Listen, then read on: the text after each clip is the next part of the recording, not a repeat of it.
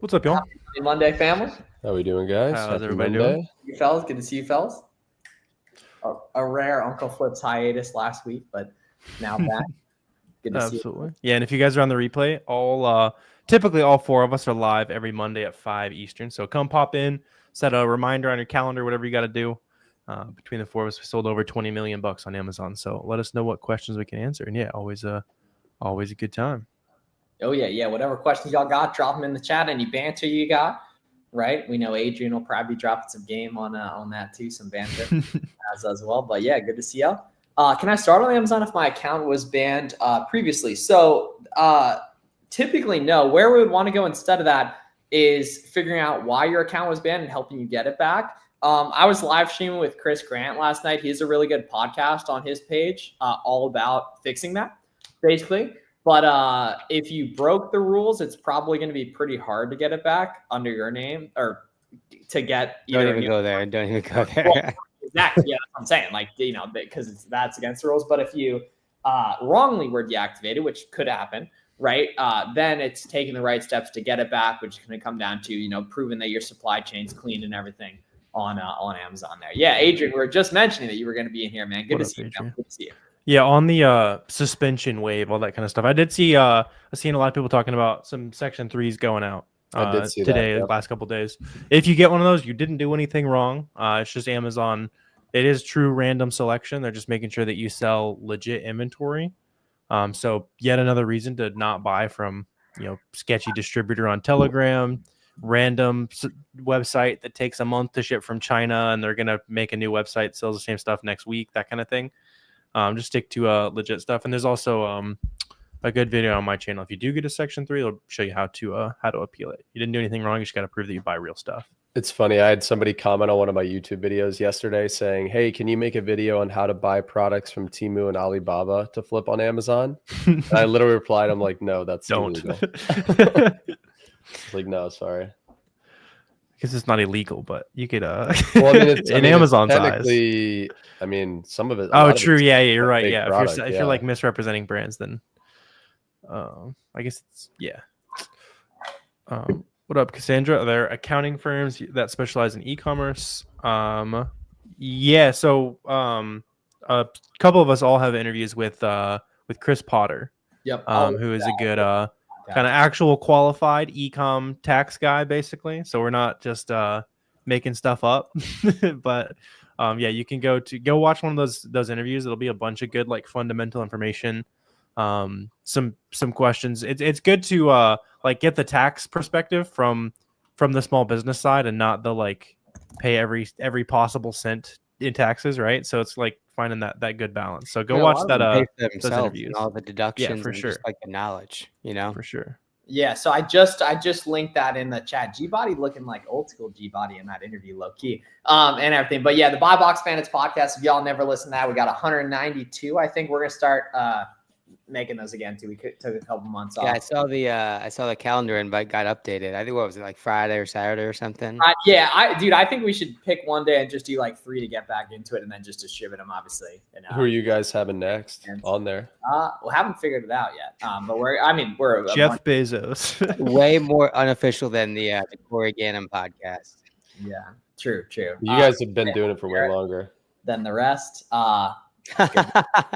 Can USPS boxes be used to ship UPS? No, and anyone telling you that, I believe that's probably technically defrauding the government because it's USPS that's owned by the government, right there. But no, you can't. You can't. Well, same thing with the USPS priority free boxes and stuff, and using it for like first class. Yeah. What was somebody asked if you can use Boxem for repricing? So no, you can't use Boxem for repricing. And it really just depends on where you are in your business. If you're newer, something like an Aura or a Be Cool is probably going to be a better fit. And as you get more advanced, switching to something like Seller Snap is going to be better. Yeah, we actually have integrations as of a couple of days ago with Boxem, Aura, and Seller Snap with Aura, Be Cool, and Seller Snap at Boxem too, as well. And then y'all got to check out the Boxem analytics too as well. We had a really good meeting too, talking about more stuff that's coming out with that. As well. Are you when the Prime bump is here? So Prime Day is what, the first or next Monday? So it's actually 4 days this year, dude. Yeah. So July 8th to the 11th. And so, yeah, so I mean, volume's already increasing, and just in general with 4th of July deals going on, products are so cheap right now because every website has a sale going on, and everything. So the mania kind of already started, honestly. But Prime Day is better for sourcing rather than selling, although it's awesome for selling too. And tomorrow night at 7 p.m. Eastern, we're going to be break down all this stuff on the free back to school prep live class. So make sure you check that out. The link in the description. It's not going to be posted on YouTube or anywhere. Not going to be on TikTok live. It's only going to be available for the people that are in the live class with us. So Warner and I are going to do that tomorrow night at 7 p.m. So make sure if you haven't yet been to one of those that you tap in tomorrow night. I'm going to have a ton of game for you guys. Yeah. Prime Day sales are kicking in basically already today. There'll be a bunch more tomorrow. Already. So it's funny because in terms of, you mean Prime Day sales of like other places to source from? Because a lot of times, at least for me specifically, the sales the day or two before Prime Day are actually a lot slower, like my Amazon revenue, because I feel like a lot of Amazon customers, they're trained to wait until Prime Day to really buy most of their stuff. So at least historically for me, the day or two leading up to Prime Day are slower. And then like tomorrow, obviously through the 11th, it's going to be, you're going to make a lot of sales. Like a lot of the OA sites are going to do sales of their own just to kind of steal some of the traffic back, right? Because Amazon's probably going to hog a lot of the eyes. So a lot of the OA sites will that's have like some sort of.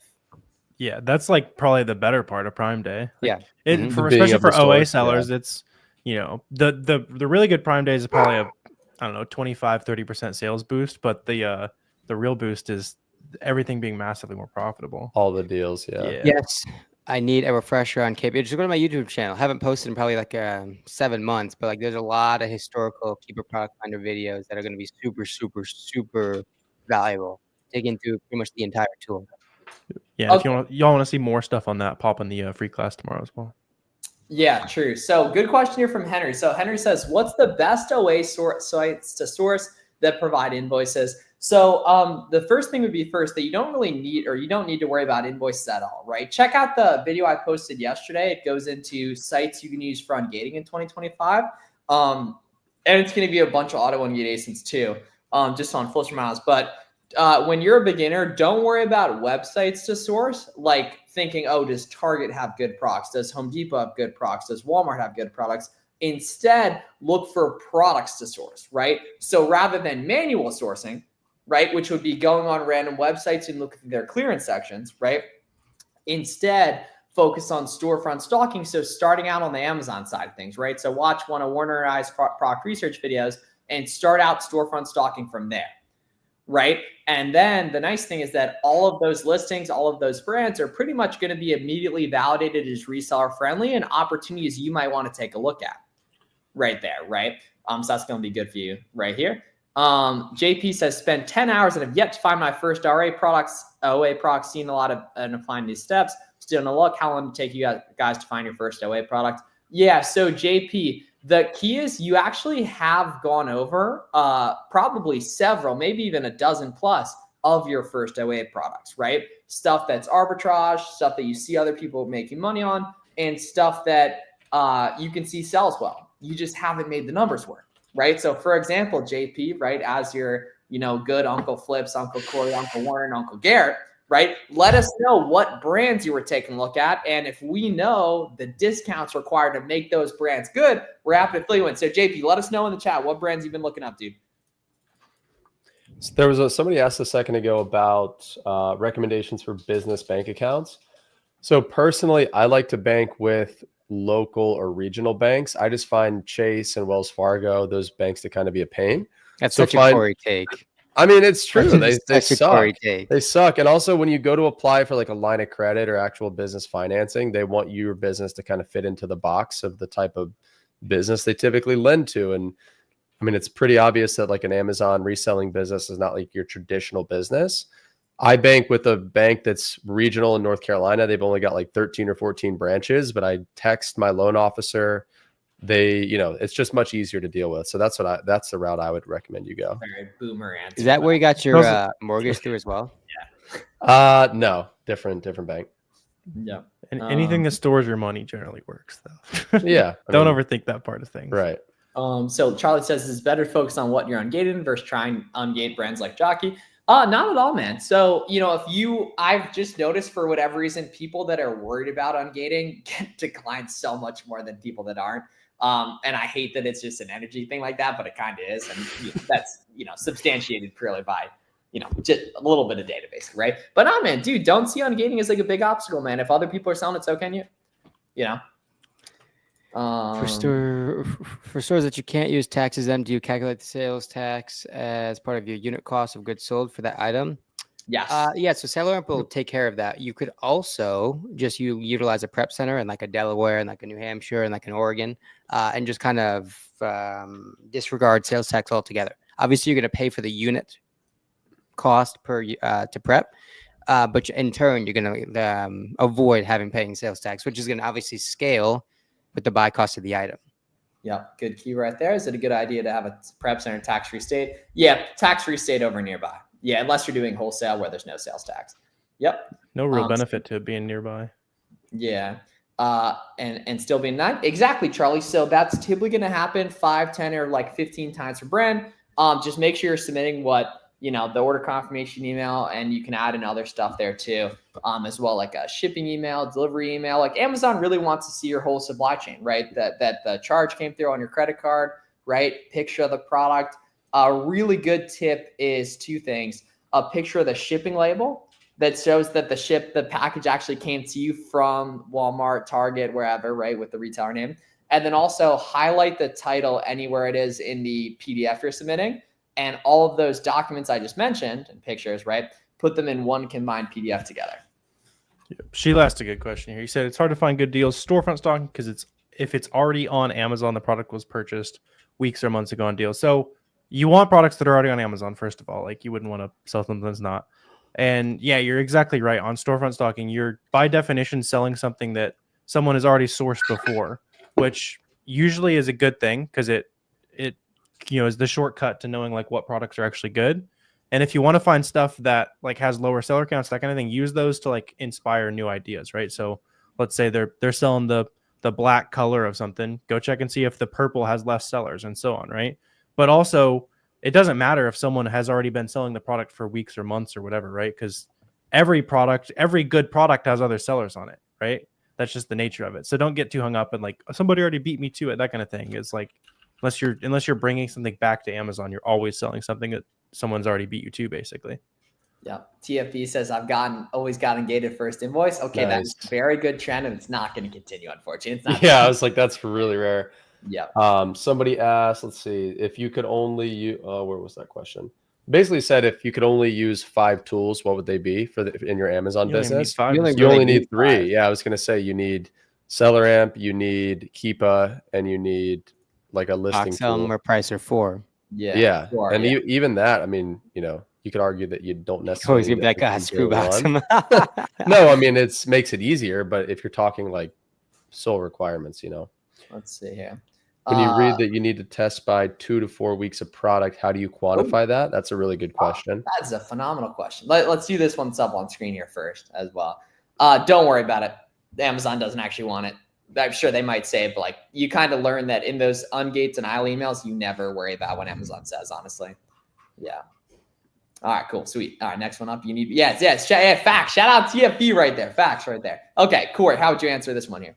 So I'd look at how many competitive sellers are on the listing, and really that just means an FBA seller priced within 2% of the buy box. So let's say the buy box is going for $20, and you've got 3 sellers priced right around $20, and that listing sells, let's say 1,000 units a month. Well, you take the competitive sellers, which in this case is 3, plus 1, which is you, and then divide that by the monthly sales, which if in this case that's 1,000, that means that you would sell about 250 units per month. So that would be the test order amount, right? About 30 days worth of quantity is what I usually like to test with.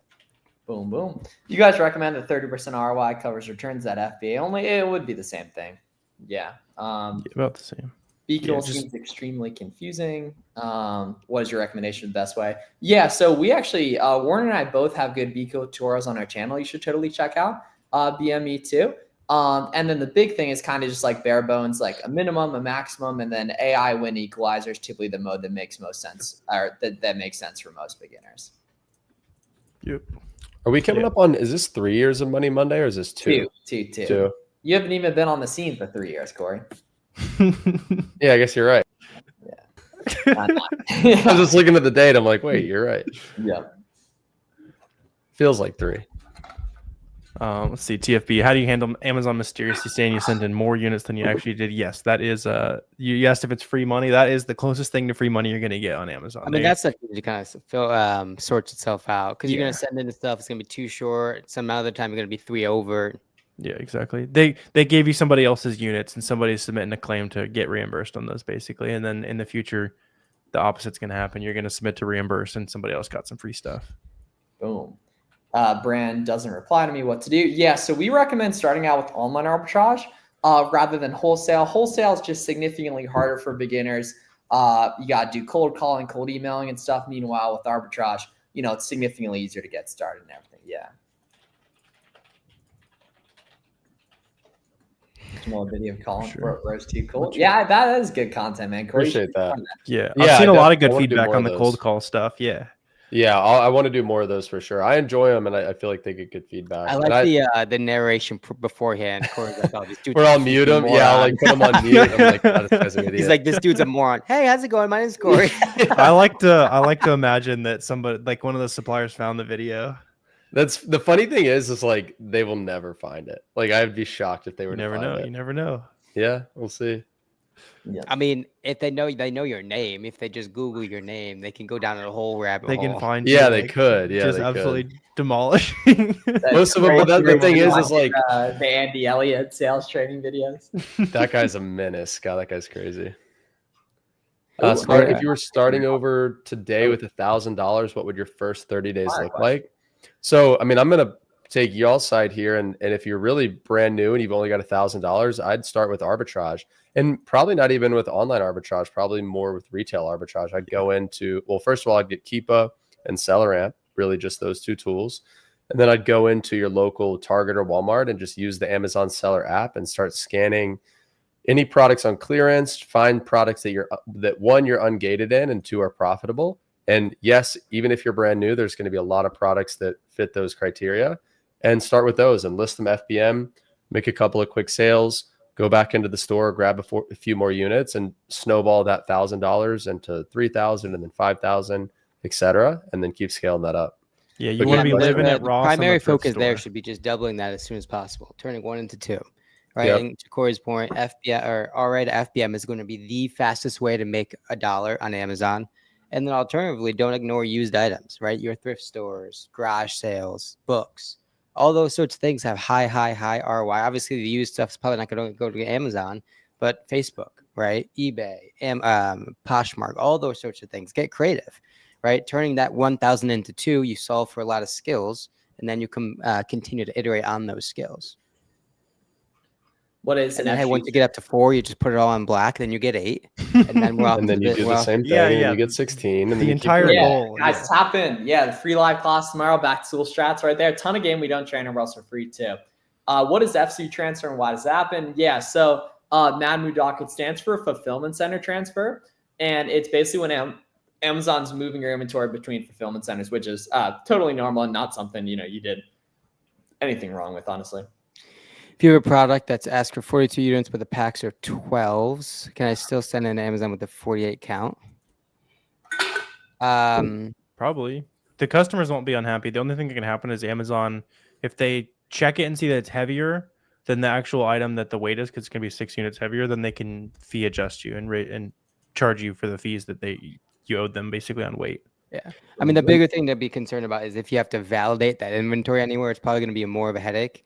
Terms of like an authenticity, supply chain verification, something like that. They're going to see a receipt for a 48 count and you're selling a 42 count, and they're probably not going to put those 2 and 2 together. But that would be the only thing. That's a good point. That is really the main consideration. But what I usually like to ask myself, like that aside, is if I send this into is a customer going to be upset if they receive this product versus what they thought they ordered? And if the answer is no, then sometimes it can be worth it. I feel like the invoicing side would be fine though, because you sell a lot of 3-packs. You buy 1 at a time. It doesn't have to say it's a 3-pack on the invoice. You know what I mean? Yeah, that I think would totally. Yeah, I think the invoicing would be fine. It's just like fees and making sure people are happy. Yep, right there. Thank you for all the videos and guidance. Holy. Amazon's getting more and more. Jared. You're doing good work, man. Keep up the good work, and let us know how we can help.